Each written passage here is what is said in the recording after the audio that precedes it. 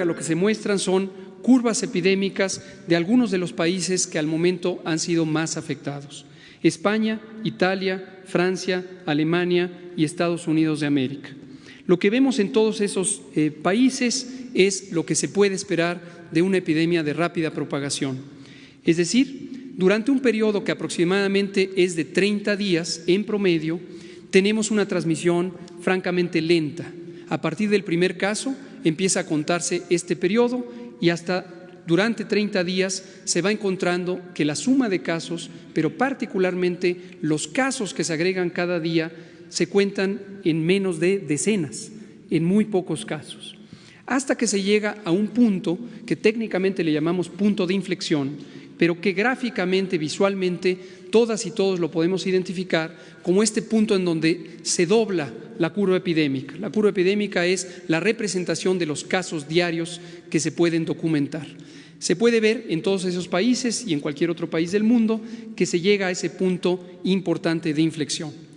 Finalmente, en la parte baja de la diapositiva, apenas visible, está una línea de puntos gruesos que corresponde a lo que está ocurriendo en México. Todavía no hemos llegado al punto de inflexión. Todavía no hemos llegado al punto en donde cambiamos de una propagación lenta a una propagación muy acelerada. Y esta es la oportunidad de México. La oportunidad de México es haber actuado oportunamente en reconocer que esto podía darse y haber planeado el momento correcto de la implantación de las medidas comunitarias. El momento es este y, por lo tanto, queremos declarar formalmente el inicio de la fase 2.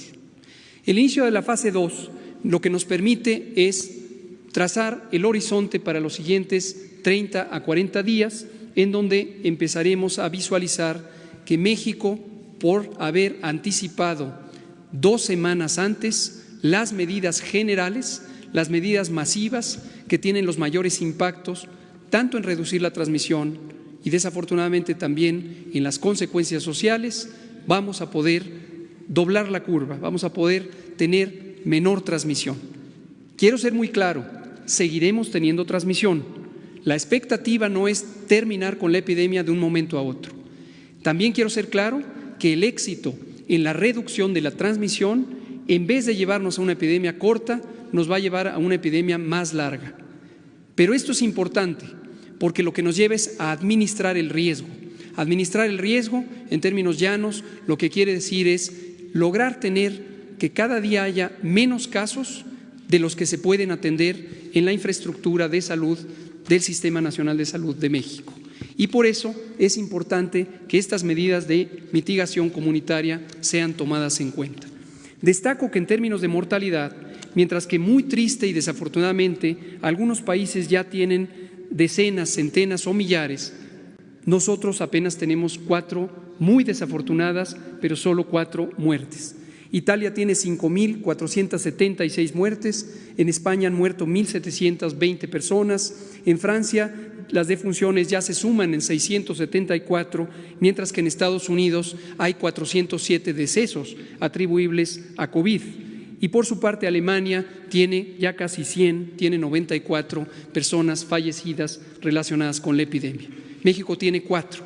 México encuentra, por lo tanto, el área de oportunidad, la aprovecha y la usa con base en ciencia y con base en los métodos de la salud pública. Vamos a ver qué elementos se definen formalmente a partir del día de hoy y en términos de su soporte legal. En la siguiente diapositiva lo que vemos es a la personaje clave que nos ha permitido comunicar a toda la ciudadanía, a toda la población, adultos, jóvenes, niños, adultos mayores, qué vamos a hacer. La personaje es Susana Distancia. Susana Distancia lo que nos permite es trazar un círculo, un radio de más de 1.5 metros, que es la distancia necesaria para evitar el contagio en forma individual. Si nos mantenemos en una sana distancia, vamos a poder alejarnos de la fuente de propagación, que es la vía respiratoria de aquellas personas infectadas. Esto lo podemos hacer y lo debemos hacer en forma individual, quedándonos en casa, manteniéndonos a sana distancia. Pero también tenemos la Jornada Nacional de Sana Distancia. En la siguiente diapositiva resumimos las intervenciones masivas que la sociedad puede y debe tener para lograr la reducción de la transmisión de este virus. En primer lugar, proteger y cuidar a las personas adultas mayores y otros grupos de mayor riesgo. Como ya hemos dicho, las personas mayores a 65 años tienen un riesgo cada vez más grande conforme tienen mayor edad para complicarse o incluso para morir. Hay que estar muy al pendiente, no solamente ellas mismas, sino también su familia, su comunidad, la sociedad en su conjunto y desde luego el gobierno. Tenemos que cuidar a nuestros adultos mayores, son la memoria histórica de nuestra patria y no podemos permitirnos que por omisiones les dejemos caer en una situación de adversidad. Lo segundo es suspender las clases en todo el sistema educativo nacional, esto ya desde ayer, 23 de marzo y hasta el 19 de abril. Aprovechando las 2 semanas de vacaciones ya programadas, agregamos otras 2 y tenemos un mes completo de sana distancia en todo el sistema educativo nacional. Asimismo, hemos definido suspender temporalmente, por las mismas fechas, eventos y reuniones de concentración de 100 personas o más. Hemos puesto un límite razonablemente bajo para este límite crítico de concentración. Todas las reuniones privadas, públicas, sociales o gubernamentales deben ser evitadas durante todo ese mes para que se reduzca la propagación.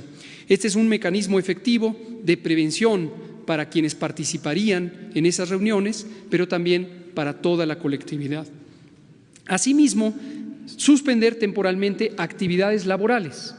¿Pero cuáles? Aquellas que impliquen la movilización de personas de sus domicilios al trabajo y de regreso o que estén llevando a la movilización en el espacio público. Esto en todos los sectores de la sociedad, el público, el privado y el social. Ahora, aquí es muy importante.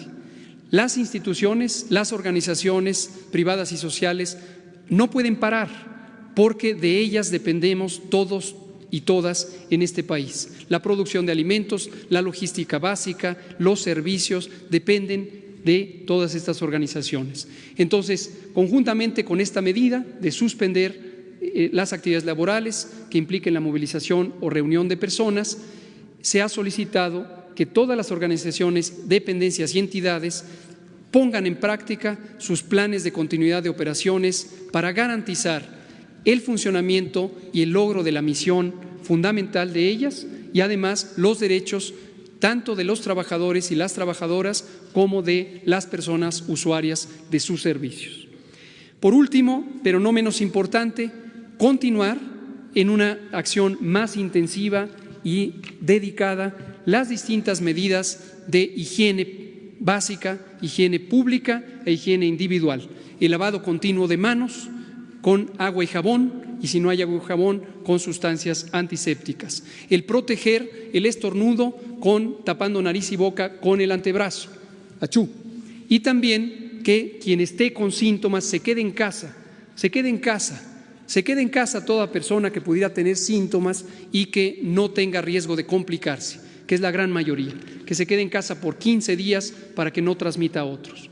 Ahora bien, enfatizamos, si se es un adulto mayor, una mujer embarazada o una persona con enfermedades crónicas, en particular diabetes, hipertensión, obesidad y enfermedad pulmonar o cardíaca, así como enfermedad renal o cualquier causa de supresión del sistema inmune, no esperar. Hay que acudir a evaluación médica para prevenir las complicaciones. Por último, y anticipándonos a la siguiente fase, que también vendrá, que es la fase 3, en donde pudiera existir transmisión generalizada, es la fase en donde nuestro Sistema Nacional de Salud va a tener retos importantes. Pero esos retos se pueden solventar si el sistema está organizado, si el sistema mantiene alta la moral.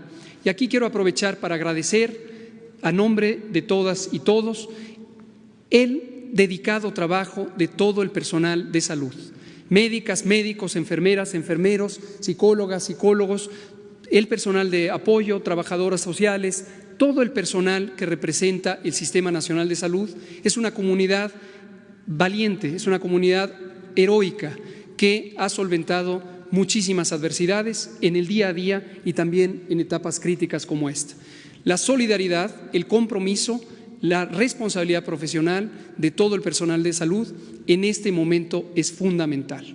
No podemos entrar en ninguna clase de discordia o en alguna clase de distanciamiento emocional y distanciamiento de comunicación. Todo el Sistema Nacional de Salud tiene que estar presto y atento para responder a este reto.